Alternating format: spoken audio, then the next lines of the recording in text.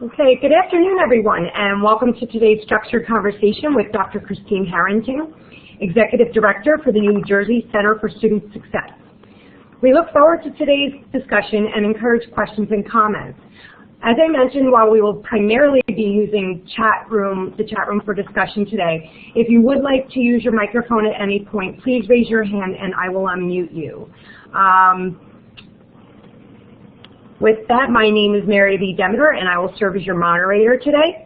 On behalf of the SOL Professional Development Committee, I thank you for participating in today's structured conversation, and an extra thank you to our guest speaker today, Dr. Harrington. A few logistics before we get started. Please feel free to adjust your chat screen using your mouse. I encourage you to participate by chatting in your questions and comments in the chat box at the bottom left of the audio and video screen. Also, if you would like to insert emoticons at any point, if you look under your name in the participants window, you'll see a little icon with a smiley face so you can insert emoticons. The next over is to let others know you've stepped away. As you can see, I just hit that I stepped away even though I'm really here, but you could use that if you need to leave the session for a few minutes. If you would like to raise your hand to use your microphone, the little hand icon next to that, you can use that and I can unmute you. And finally, that fourth icon all the way to the right with the checkbox in it, that will be how we respond to polls, and there will be 3 polls during today's session. So we encourage you to participate using that icon to indicate your selection. So today our conversation will focus on the role of the first year experience course and assessment approaches used to measure learning outcomes and support student success. We will review the history and purpose of the first year experience course. Then we will explore strategies to assess the course from both an academic and student services and student affairs perspective.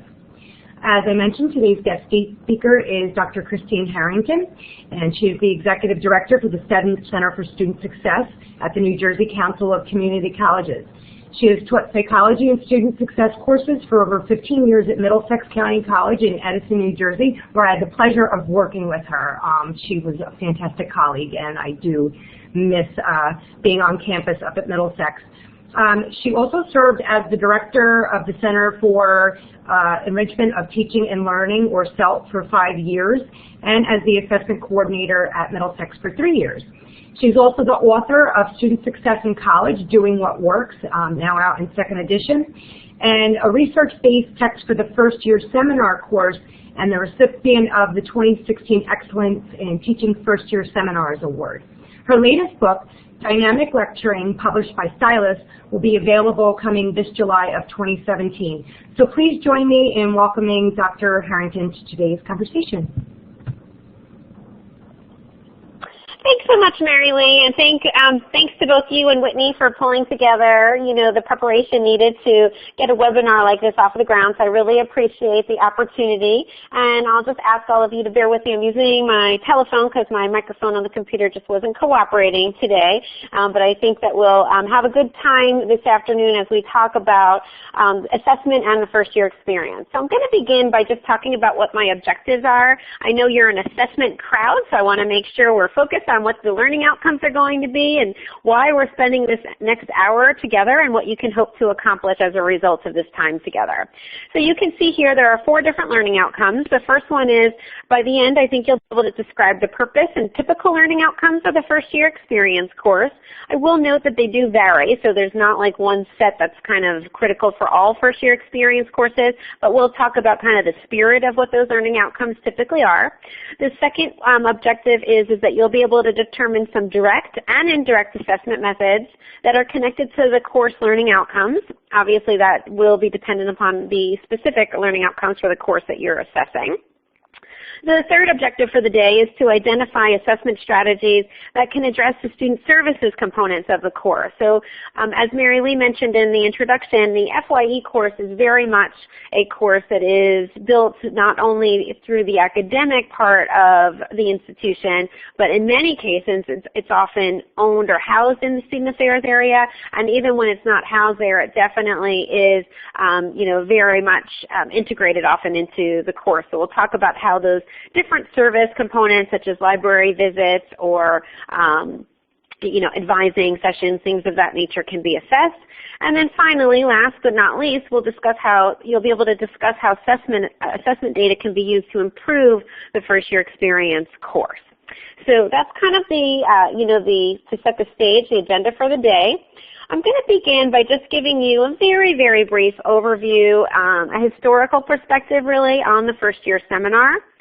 So these courses date back for a long, long time. In fact, Ryan and Glenn noted that they started back in the mid-1800s, and the first purpose or reason for the course was really to help students who weren't quite prepared for the rigor and the higher level focus in a college environment. Later in the 1800s, they kind of shifted and they became something that was offered to all first-year students. So it wasn't really just the at-risk students, but then they started to discover that maybe all students really needed a first-year experience course and could benefit from focus on some of those transitional issues and really kind of that extended orientation model a little bit. Then in the 1950s and 60s, we shifted a little bit more back to focusing on students who didn't quite have the academic preparation, and a heavier emphasis was placed on learning strategies, helping students really build and grow some of the strategies that they may have already had in high school, but expanding on those so that they're able and better equipped to deal with the high-level tasks associated with the college environment.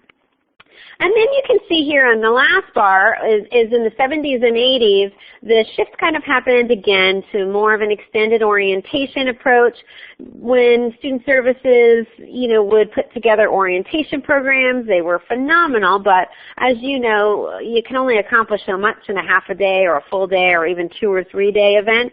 So I think that what happened is that a lot of times the FYE course was looked at as, maybe those transition items that we wanted to talk about in the summer orientation program need to be integrated into that first semester as well, so that some of that information comes to students at a time when they need it. So you'll see we kind of been back and forth, bumping around a little bit in terms of the different approaches to the FYE course. So I actually have a first poll question, and this is really just kind of a guessing kind of question. What do you think best captures the current trend? Do you think currently are we spending more time looking at the extended orientation approach, or does it seem like the FYE courses are focused more on an academic approach to the FYE course? So I know Mary Lee and Whitney are going to be modulating the poll, I believe, and there's the little A, B, and C and none under your name, the fourth icon you should see. So if you haven't already answered, you can please go ahead and answer the poll. Again, one more time for those of you who are having trouble finding it. If you're new to Blackboard Collaborate, under your name you'll see 4 little icons. The fourth one has a little A, and you can go ahead and do a drop down and select your response for that question. And I will publish the results shortly. I see a lot of folks have already responded. I'll just give it a couple more seconds before I publish. Perfect. Thanks so much, Mary Lee. And I'm sure some of you would like that C option, I know, but I've made you do a forced choice here. So thanks for playing along with me.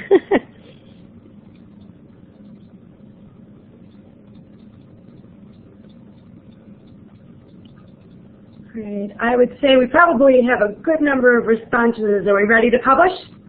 All right, here we go. Okay. Sure, go for it. Okay, so we can see here from the bar graph that most of you, the majority of you, are saying B. You think it has more of an academic focus, although there is about 20% of you who did select A, more the extended orientation. Now, of course, it's kind of a trick question because many of our courses aren't one or the other, but I will tell you, as you can see on this slide, that the academic approach is definitely on the upward trend, whereas the extended orientation is on the downward trend. So you can see the number of courses that are viewing themselves as primarily extended orientation has dropped from the early 90s to 2012, from 71% down to 60%. And you can see there are a variety of different types of academic approaches. Some have the same content, so it's kind of like a standardized course that might teach, these certain study strategies and these kinds of academic skills, whereas others might have variable content, so maybe it's more housed within, psychology might have its own course, biology might have a different one, engineering might have a different one, but you're still going to be talking about more of an academic skills component. And then you can see some have a purely study skills kind of emphasis. So I guess the key takeaway from this is that there definitely is a growing trend towards more of an academic focus in the course. Now, I mentioned right in the beginning that this is a course that probably has the most collaboration, compared to any other course on campus. I'm pretty much ready to go ahead and go out on a limb and make that kind of statement. And again, sometimes that's because the course grew up in student affairs. It may have been born on that campus through the counseling office or advising office or just general student affairs division. In other cases, it really grew out of the academic affairs area. In either case, no matter where it really started, this course is a perfect example of how we can bridge our student affairs and academic affairs parts of our campuses together to really benefit students, because that's what this course is all about. It's often called a student success course. If it's not called the first year experience, it is often also referred to as that student success course. So by partnering between the academic affairs and student affairs, we're definitely going to have a much higher success rate for our students. So let's talk for a moment about learning outcomes so that you can have a sense of what those learning outcomes might be. What you have in front of you here are learning outcomes that were actually developed collaboratively across our 19 community colleges here in New Jersey.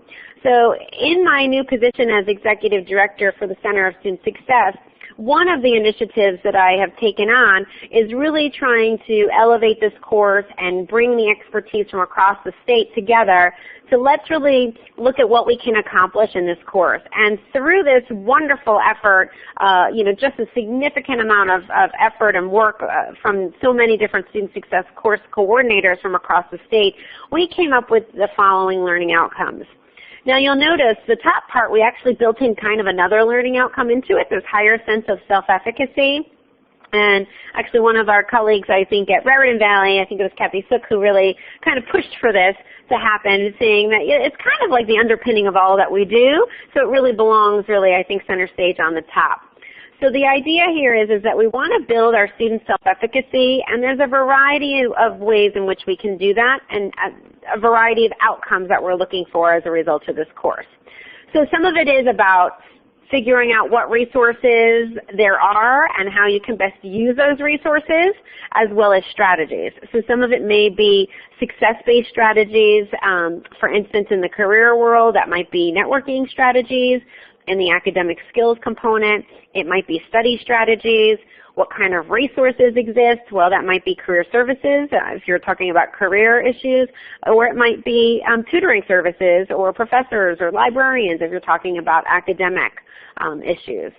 So you can see here it's pretty broad so that it encompasses all of that.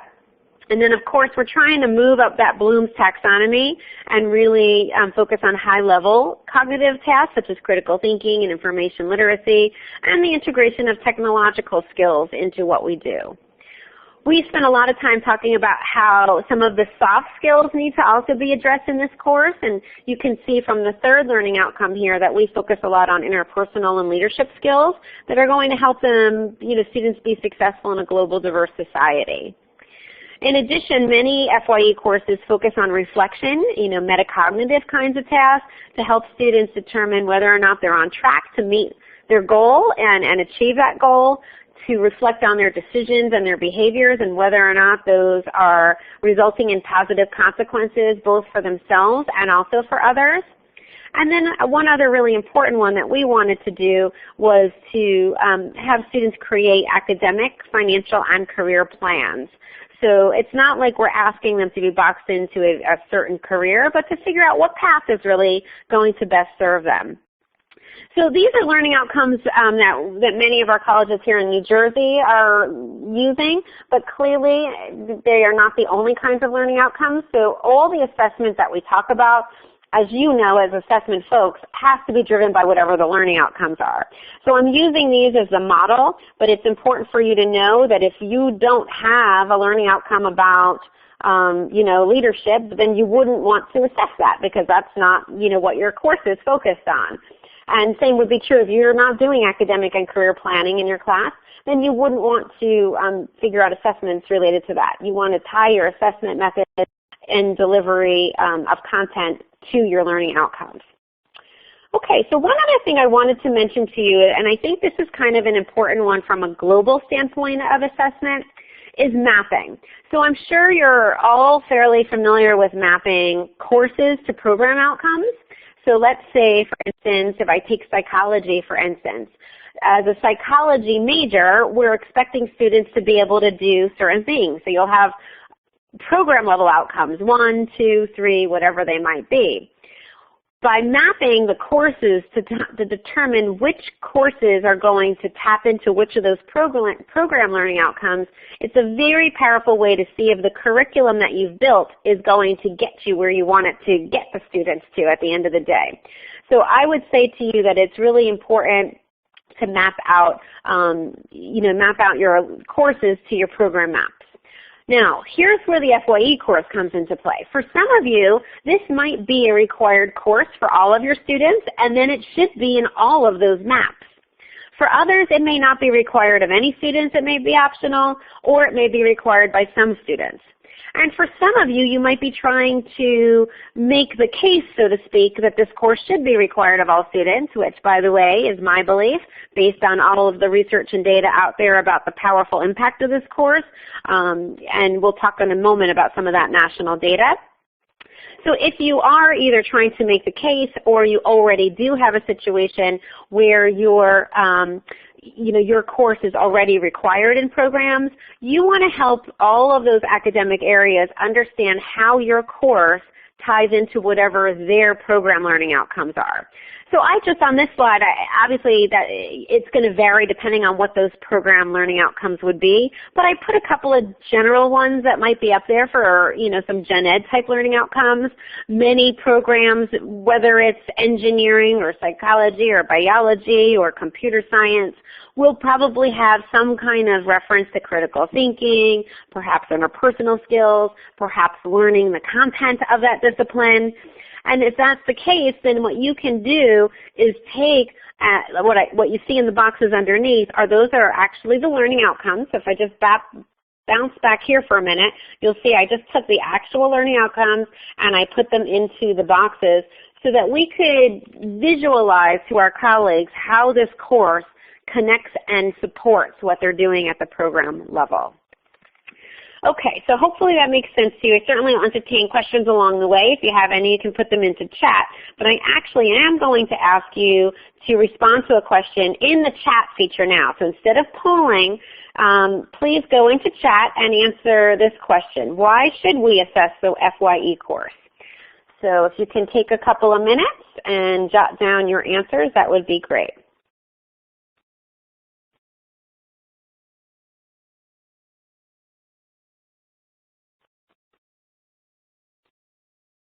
Okay, to improve things, to determine best practices, I see. Show impact, absolutely. Yeah, you have to know, are you meeting the learning outcomes? That's absolutely critical. Yep, are we meeting the learning outcomes? I see that in several of your responses. What are students learning? How do we know? Identifying how it connects. Lots of resources. So we might be offering it, maybe we're requiring it from everybody, maybe we're not even doing a good job, I see some of you even mentioning. And that certainly can be the case. So there's lots of great responses here. Just scanning to see if I missed anything else. It looks like, yes, a lot of resources go into it, and we have to sometimes kind of show that those resources are being spent wisely, right? Absolutely. And are we meeting the needs of our students? Well, thank you. Lots of great responses there. Those are all very valid reasons, very important reasons, and I think it's important for us to always think about the why. You know, I mean, assessment should be built into what we do on a daily basis, but not in a robotic kind of way, in a purposeful way. So pausing to ask yourself the why question, why am I doing this assessment, is a really important step. Now, I'm going to tell you that I think there are two primary whys. In the FYE course in particular, you know, and this could be for other reasons as well, but when I wore the assessment hat on my campus, I often talk to folks about there's two different kinds of assessment really, the prove it and the improve it. So the prove it is, if we're spending all this money on this resource, how do we know it's working? We want to see some results. So the prove it is, you know, are students staying in school? Are they graduating? Some of those kinds of assessments, I think, fall into that prove it category. The improve it category, on the other way, you know, is a different question, because how can we do this better? And I saw a couple of you actually comments about that in the chat a couple minutes ago when you said, well, I want to know what we're doing, best practices really. So that's going to dive a little bit deeper to look at, well, what delivery method works best. So for instance, maybe you are trying to make some decisions about whether this course should have discipline-specific focus or whether it should be more of a general focus, and if there's a benefit of one versus another. Well, assessment data could help you with that, right? You could look at your own internal assessment. You can compare it, you know, if you had a couple of different versions of the course, that might be helpful. Maybe you're looking at, you know, looking at the emphasis of the course. So, for instance, one of the things that we talked about in New Jersey was really trying to increase the focus on career. Well, let's do a deeper dive, and how can this course maybe impact students and their career decision-making process?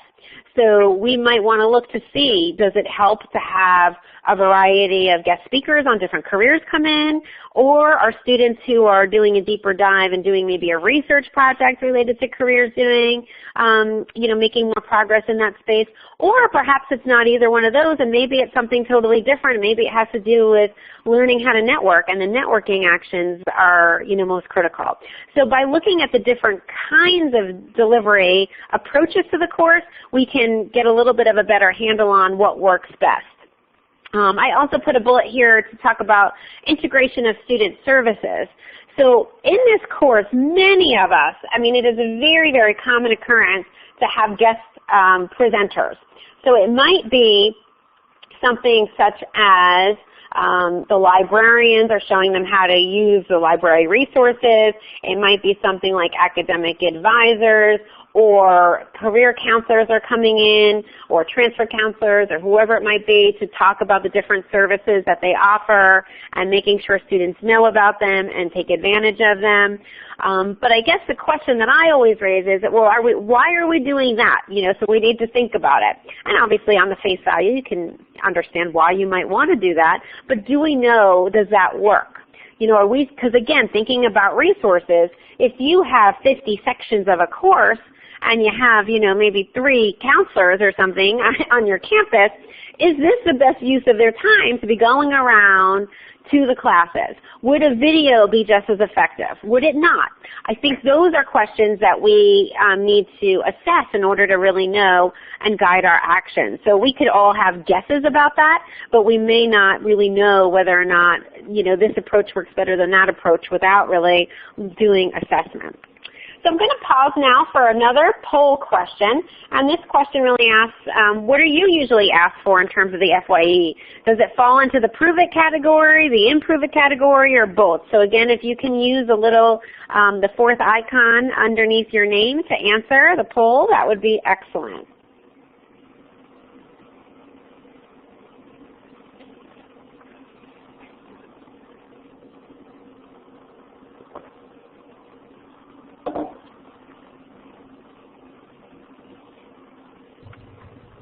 Quite a few folks have answered. I'll give it a 10, 20 more seconds or so for a few more responses before I publish. Perfect. Thanks, Mary Lee. All right. We only have a few non-responses, so I'll go ahead and publish that now. And here we go. Perfect. Okay, so sadly, it seems like the improve it's the smallest category, but it seems like both is a pretty big category, but it looks like most of you responded, the majority, the highest percentage anyway, was in the prove it category. And I guess the part that frustrates me about that is if I did the same question and said, hey, why are you assessing your anatomy and physiology class? You know, do you have to prove that you need that to be a health science major, or do you have to do it to see whether they're actually learning and to see if you can improve it? And my guess would be that for most of our other academic courses, we are going to have improve it kinds of questions being asked instead of the prove it. And I find that to be offensive, honestly. I've got to be honest with you, because this is a really important course, and we already know that it works, but people are not aware of it. So we do have to do a better job at, you know, really helping our campus community understand the value of this course. So we're going to talk a minute about Prove It, because I know that many of you are being asked for it. You just told me that. I know that. I was always asked for it too, and you kind of have to have some thick skin in order to be in charge of this class, you know, because you have to be ready to, you know, always be able to defend what you're doing, and it can be frustrating, but I think we have to just view it as a, you know, teachable moment, an opportunity to teach others really about what it is that this course does and does well. So we have a lot of national data, and I'm going to go through just a little bit of it just to give you a sampling of what exists out there. And I guess my question is do we need to then, if this national data exists, do we need to then prove it at our local level? Or do we need to really go and get that national data and use that to prove the worthiness of the course? Because let's face it, assessment is extremely time consuming, and when you integrate it, it makes it less time consuming, but the truth of the matter is it's still time consuming. It's a use of resources, and I'm always a fan of using resources in a way that's going to help us move forward. And again, if you're in the process of trying to convince folks that you need this course for everyone on your campus, then you may need to play in this space of Prove It data to help them understand the value of it. And by all means, it might be a very good use of your resources. But I think it's kind of silly for every single campus across the United States to have to do the same thing. I don't think we're all that different. I think we're more similar than dissimilar in many ways. So I think that's kind of one of the points that I wanted to raise here. So let me share, this is a snapshot of some data, and actually in New Jersey we're working on compiling a lot of this data into this infographic tool, and we're very close to having it ready. And as soon as it's ready, I'm happy to share it widely. So if you'd like to get a copy of that when it's done, you can email me. My email is charrington@njccc.org, charrington@njccc.org. I'll have it on the last slide. I believe it's there also. But we know, I mean, there's national data out there that students who take this course have better grades, are more likely to stay in school, more likely to graduate on time, so in a more timely fashion, which is very important given the amount of financial debt that students have. They also are more likely to engage in a lot of activities that we value in higher education and employers value, like reflecting on progress. So they're more engaged in that metacognitive process, which will likely carry through not only through the rest of their college career, but on the job. We need to reflect on how we're doing with everything that we engage in. Thinking more critically, having more self-confidence, being more of a participator, and having a better sense of your career options. So the research out there is pretty clear that there is a lot of data. Now, one of the challenging things, I'm a psychologist, and obviously the premier, most robust type of data is experimental data. I will tell you that most of this is not experimental data because we don't really have that set up to do in higher education. Our students won't like it very much if we're randomly assigning them to different kinds of courses and all. So we can't always talk with, absolute certainty based on some of those studies. But when you start to get study after study after study, and some of these are not independent studies but meta-analysis and review of other studies, when you start to see very consistent findings across multiple institutions, community colleges, prestigious four-year schools, technical schools, for all kinds of students, it starts to speak pretty loud and clear as far as I'm concerned.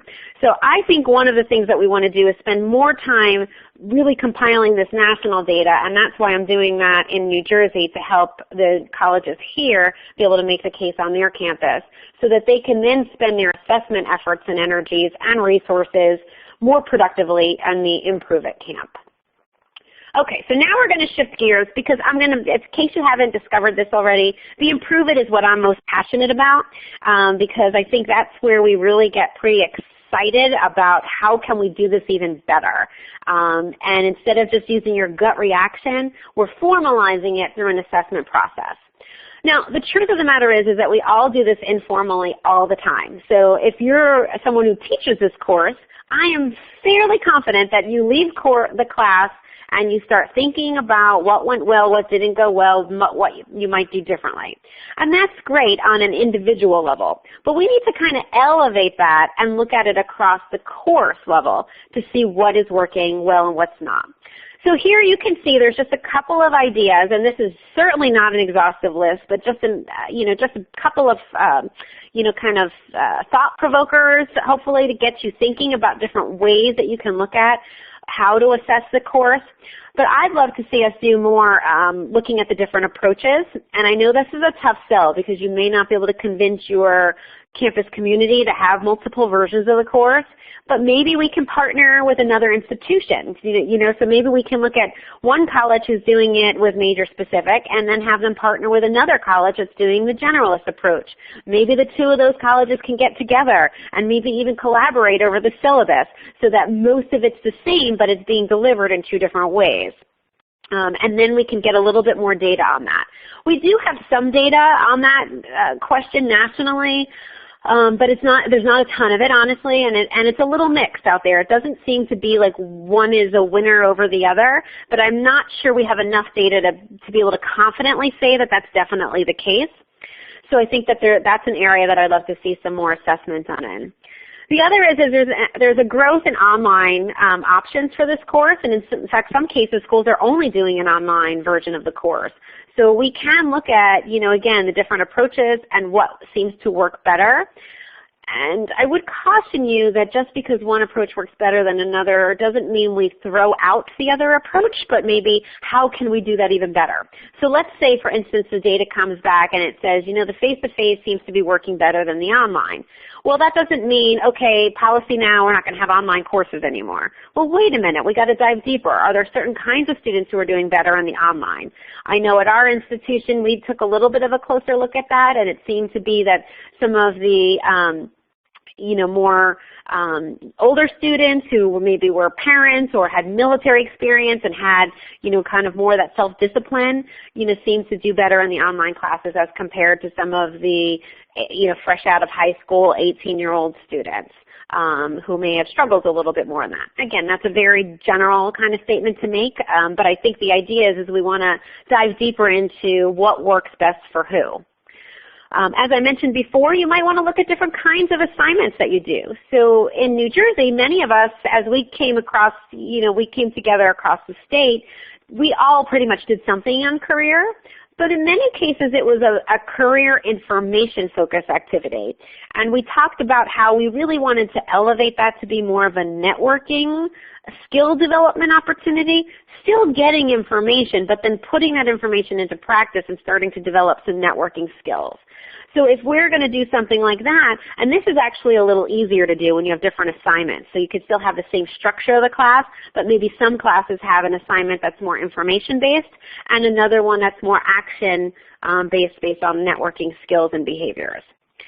Service learning is another component. We actually did an interesting study on that at Middlesex. We had, there was like 5 sections that did a service learning component on financial literacy.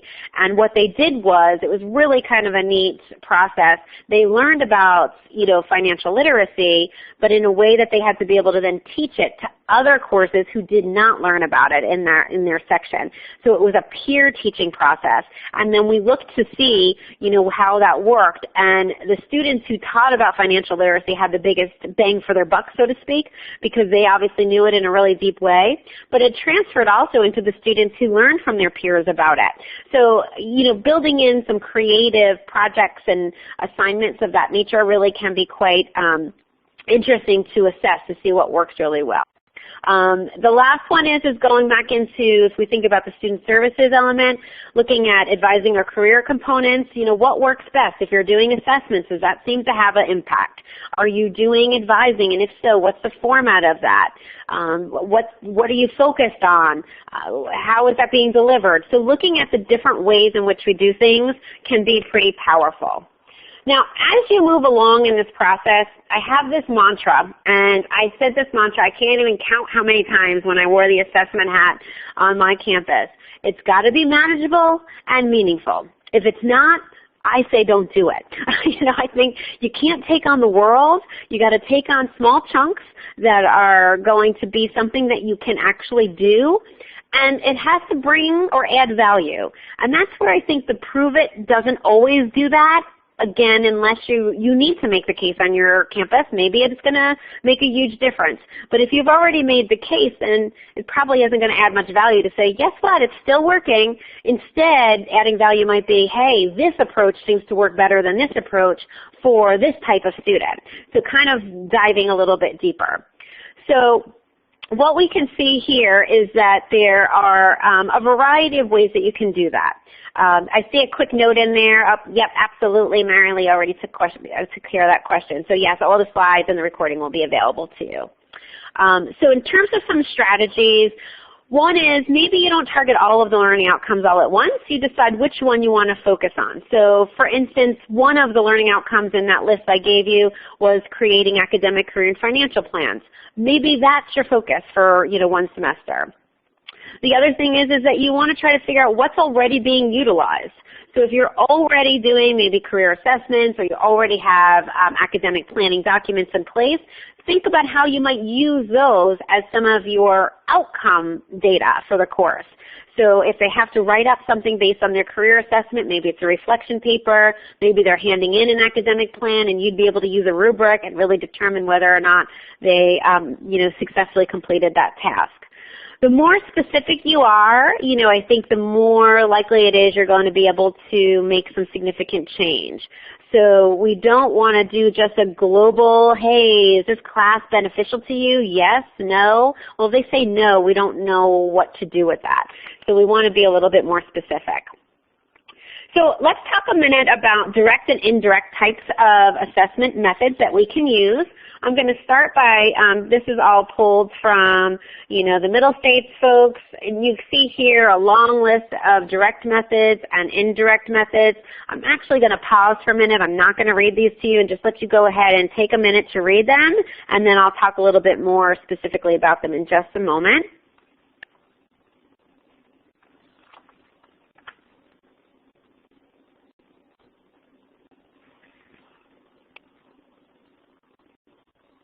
Okay, so there's a variety of ways that you can approach direct and indirect assessment for this course. One, direct assessment method, obviously the good old mighty tests. That's one of the things that we do quite a bit. So if you're using any tests, I would just say that you don't want to only do, again, a final exam grade, you'd want to look at the different components. Which pieces are they really mastering? Are they really understanding, maybe the career theories and processes? Are they really understanding the study skills? Or maybe they're a little bit weaker in information literacy or critical thinking, whatever it might be. So you want to be able to have some specificity surrounding that. So looking at subscales and components of a test is much more valuable than looking at an overall test grade. And then the other thing is rubrics. So again, I mentioned already, when there's something that's already integrated into your class, like maybe it's a presentation, a paper, an academic plan, whatever it might be, looking at those tools that already exist, and if rubrics don't already exist, to create the rubrics, to use those in a way. And you don't have to do it for every student.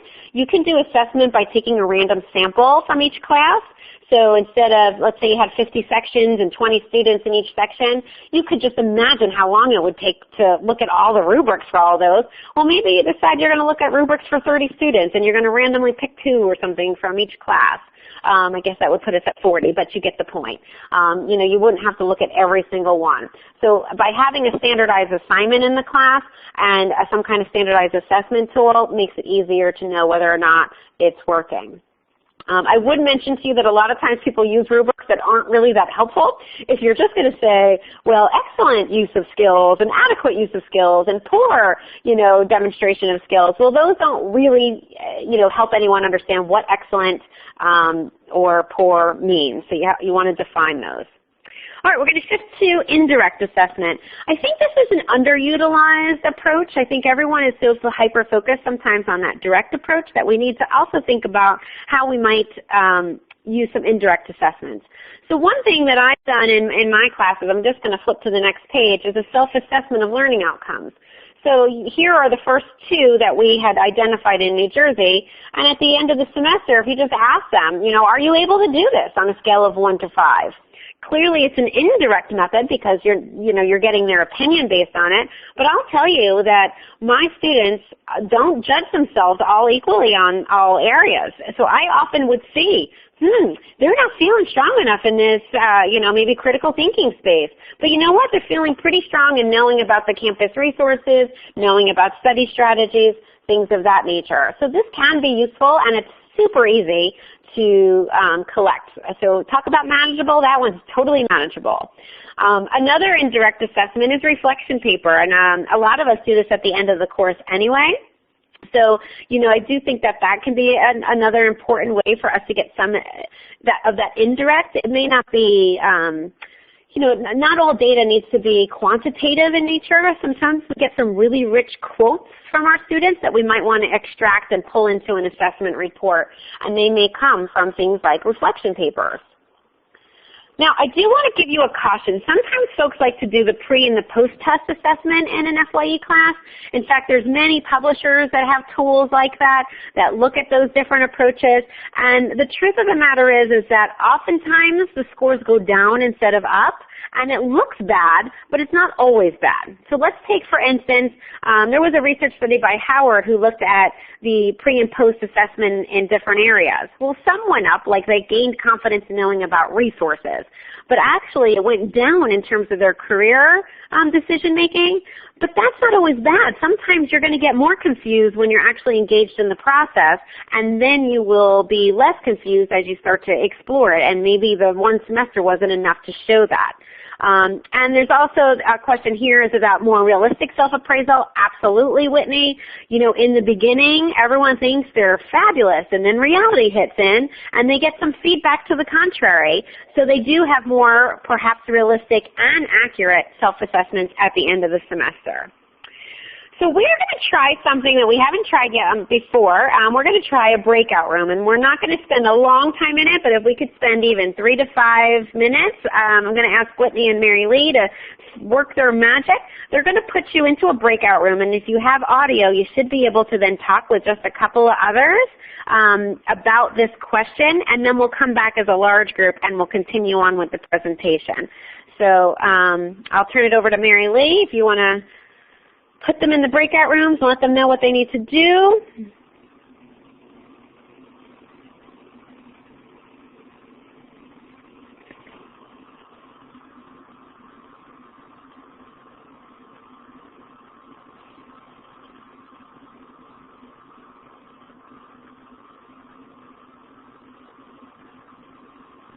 We can't hear you, Mary Lee. Mary Lee, we can't hear you. You're muted or something. Sorry so about we that. see you talking at I us. don't There think you I are. Now we probably can hear you. turned my talk back on as I was going up to also get the breakout rooms ready. So I'm going to set us up for 7 different breakout rooms, so we get about 5 to 6 people in each breakout room. So Whitney, I'll need your help, like unmuting people. Raise your hand if you're going to chat. Otherwise, they could just chat into the chat box. And let's see, we are at 1:45 p.m. So do we want to regroup at 1:49? Does that sound good? All right, great. Yes, perfect. Yep. I think that'll be enough time for them to at least get a little bit of a dialogue going, and then we'll come back together. And we'll pop into rooms with you, and we'll see you in a few minutes. Back to the whole group. All right.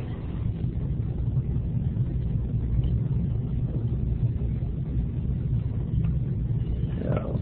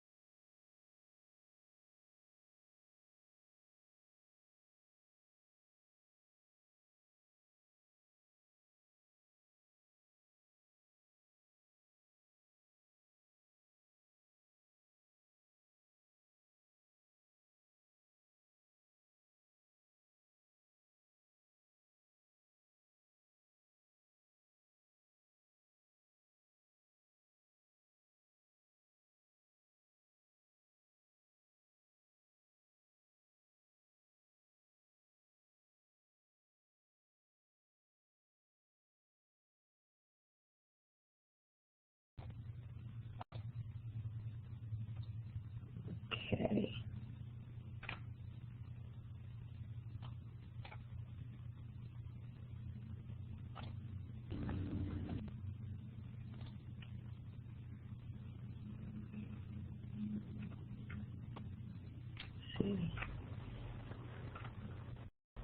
Okay, Mary, do you want me to pick up again?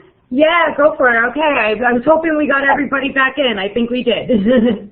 Oh, good.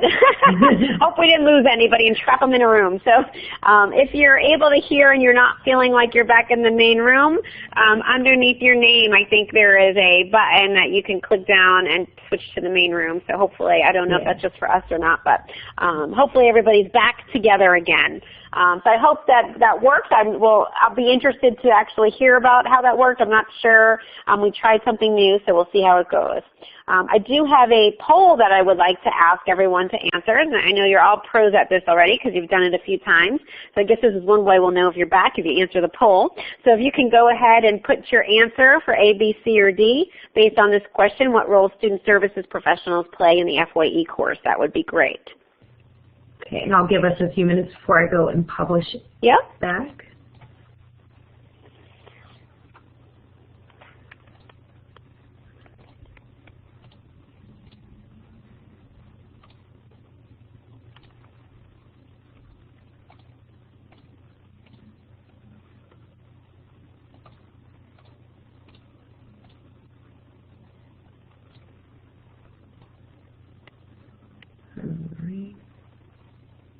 About 10 more seconds. Perfect.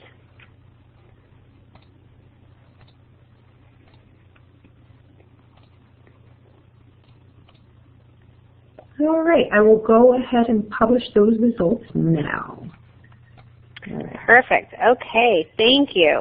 So it looks like actually there's an even split almost between either having student services being available for guest presentations or that and guiding the curriculum.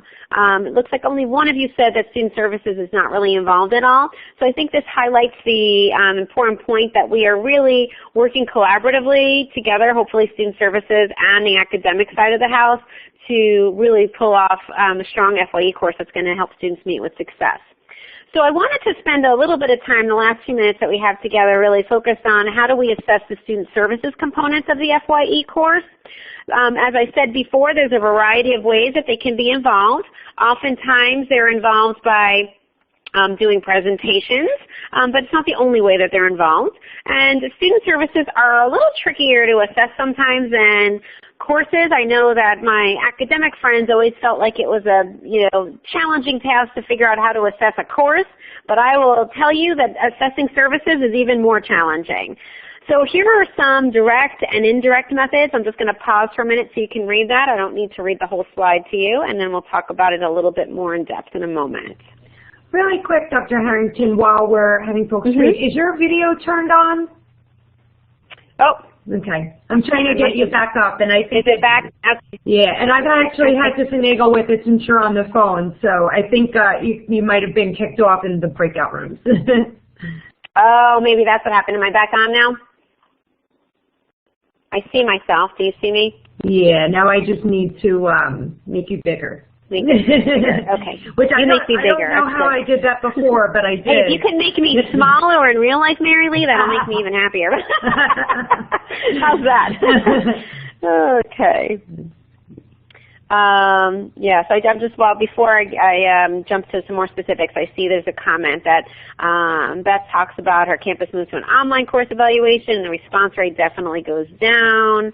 And that is really true because it's a pro and con. You have to weigh the pros against the cons. Having more data so that it's more comprehensive, but then you need the manpower to do all those scantrons and all versus, not getting as much. It's not, I don't have there's not an easy answer. I think you just have to weigh the pros and cons and see what happens. I think having shorter responses and figuring out the best time to submit those electronic ones matters, and making sure you're not assessing everything. So if the students are getting hit with electronic surveys for every course at the end of the semester in the same 2-day period while they're also studying for finals, probably not going to respond. But maybe we can do some of our assessments, especially in the FYE course, earlier versus later. And that's definitely something I would say for the student services. So there are some direct assessment methods that we can use based on the student services component. So for instance, we use quiz questions to talk about all the other contents that we do in the class. Why not about, if the librarian is teaching some library resources or the advisors are teaching about some advising and curriculum issues, why not giving them a quick quiz to see did they grab the key takeaways from the lecture part of the presentation that they gave. The other one is observing performance. So if we're teaching, let's say in a library class, for instance, how to use the library databases, are we could we go around the room and even like with a quick tally be able to say, well, how many of the students were able to go in without support to get to the library databases? So if you log them all the way out, can they follow that breadcrumb trail back to where they were, or are they not able to do that? Or are they going to see an advisor? And writing down when they meet with the advisor, do they know that this course counts as a social science elective versus a humanities elective? Do they understand what the core part, the gen ed part of the curriculum is? You could observe some of their performance by their class selections and things of that nature. Indirect assessment methods can include satisfaction surveys, and again, you don't need to do all of those at the end of the semester. In fact, it sometimes can be helpful to do them shortly after the presentation. So if you have someone coming in the middle of the semester to assist with registration and advising, maybe a survey about how was that? Did you feel like you had your needs met? Is this a good approach, or do you prefer not having this integrated into the class and doing this outside of class, and why? Also activities. So sometimes the student services are coming because they want you to go to the library and use the librarian resources sometimes, or they want you to know about the tutoring services. Are we tracking how many of our students are going to those activities? Now, we can't make causal statements about it just because they came to class. We know that that's why they went to tutoring, but we could look at trend data and certainly look at patterns and things of that nature. So I'm just encouraging you to think about the different kinds of assessment data you might be able to collect through a variety of mechanisms to know whether or not the student services components are working.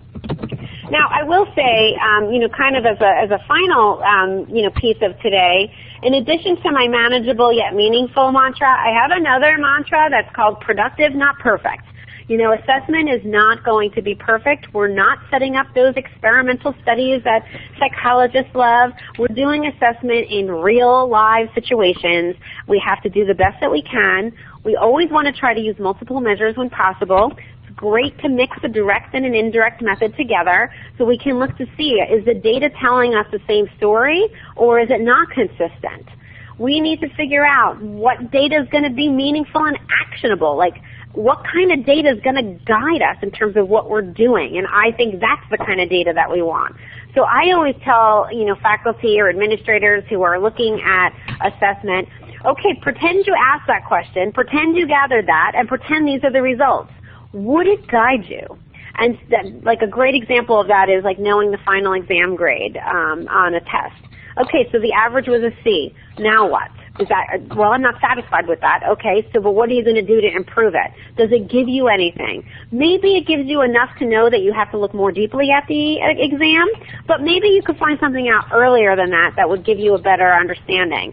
If you broke it down into assessment components, it would be much better. So it needs to be productive, it doesn't need to be perfect, and the more you integrate it, the better it will be because it makes it just more manageable again. If you just integrate it into your daily life and you just do it as the way you do all curriculum and other things. So with our last minute or so left, I'm going to actually ask you to do two things. One is to talk about what your key takeaway, at least one takeaway from today's webinar is. We're going to use the chat feature for that. And if you also have any feedback on whether the breakout room worked or didn't work, we'd love to hear that from you as well. And then we'll come back together, in about, just 1 minute to just wrap up and, conclude at 2 o'clock. So if you can put your takeaways in the chat, that would be great. Oh, breakout didn't work. That stinks. Thanks for letting us know. It was a good try anyway.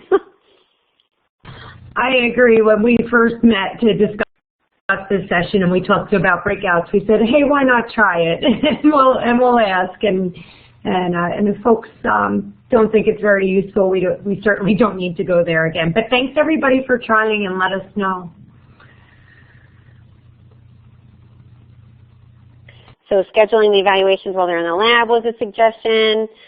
We've decided to use their platforms as an introduction to evaluations, so you'll be evaluating other courses later. Okay, so that kind of helps. I love that. I also want to share, when we were talking earlier about prove it and improve it, one thing I definitely said to students when I was teaching student success was, first of all, if there was any kind of graduation data, back then wasn't really focusing on it too much. But I would kind of give an overview and explain how maybe previous students might have commented on how the course helped them. And I always went in on day one of the semester and said, here's what we're doing. Oh, and by the way, I used to do it this way, but last semester's course evaluation, the students didn't really like it that much, so you can thank them for why we are doing this now. And usually the students are very you give them actual examples, Mary Lee. Like, that's great. I love it. Yeah, I noticed that it would actually bump up course evaluations and feedback and just the willingness to participate and kind of become part of that campus culture, because they're part of the campus too. It's not just the faculty and staff. I love that. So I do want to be respectful. I see lots of great takeaways. Thank you so much. It looks like you like the prove it and improve it, the mix of direct and indirect, not having to do everything, kind of following those manageable yet meaningful and productive, not perfect mantras. So I'm glad that you're finding that helpful. So I just want to conclude by really thanking all of you for your participation and your flexibility, especially if the breakout room didn't work so well for you. And here's my contact information. This is the website for the Center for Student Success. We will be posting that infographic thing up there once it's finished. So if you're looking for that, you can certainly check it out on our website, or you can, of course, email me also. So I'm happy to stay on the line if anyone wants to, have some further dialogue or questions, but I know many of you also probably are running off to another meeting or to class, so I don't want to have it run later, but thank you again for this opportunity. Thank you, Dr. Harrington, for joining us today and talking a lot about the first year experience and assessment, and especially how the overlap with student services and how we can show how this course is useful, as well as how we can improve it to ensure that our students are successful as they work through college. So thank you again, and thank you all for joining us today for our conversation with Dr. Harrington. As we noted before, the recording of the webinar along with the slides and resources will be distributed in the next few days. You will all get a copy of that. And I also want to let you know to stay tuned for announcements through the listserv for our next structured conversation, which will be May 2nd at 12 p.m. Eastern Standard Time, when we discuss assessment retreats. So thank you all again, and thank you, Dr. Harrington. Oh, thank you. Thanks so much, everybody. Take care. Okay, bye-bye.